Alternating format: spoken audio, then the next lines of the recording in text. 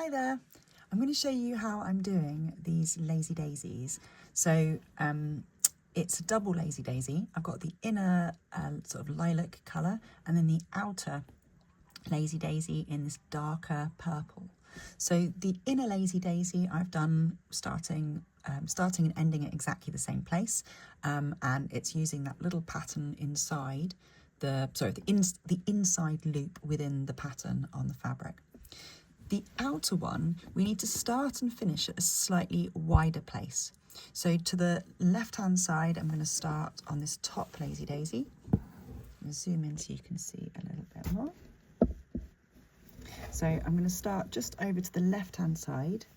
I'm then going to put my needle in slightly wider, sticking along the actual pattern, keeping that loop as per usual. Bringing my needle up to the surface at the top. Whoop. And then pulling that through.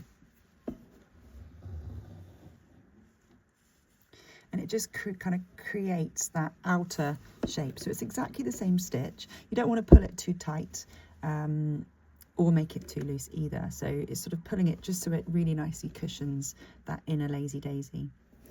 And once I've done my first one, with my needle at the back, I'm then going to move down and move on to the next. So the start and the finish points, you can see, are actually wider apart than a normal lazy daisy, but essentially it is the same stitch.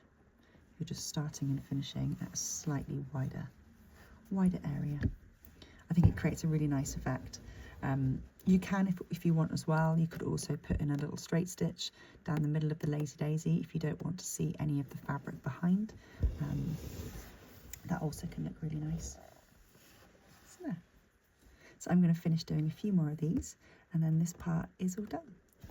I hope you found that useful.